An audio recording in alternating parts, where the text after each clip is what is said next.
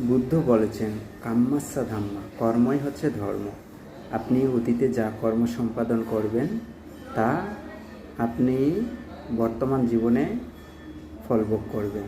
কর্ম ছাড়া মানুষের জীবনের গতি অতিবাহিত হতে পারে না। সুতরাং এছাড়া আপনি বর্তমানে যে কর্ম সম্পাদন করবেন সেটা আপনার ভবিষ্যতের জন্য একটা পাথেয় হিসেবে কাজ করবে।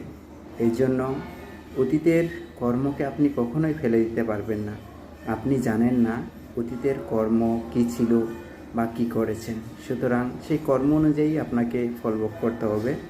এছাড়া বর্তমানে আপনাকে ভাবতে হবে, বর্তমানে যদি কোনো কষ্ট পেয়ে থাকেন তাহলে অতীতের কর্মগুলো আপনাকে স্মরণ করিয়ে দিবে এবং আপনাকে চিন্তা করতে হবে বর্তমান যে কর্ম সম্পাদন আপনি করবেন সেটা যাতে সঠিক হয় বা সেটা যাতে একদম সৎ হয়।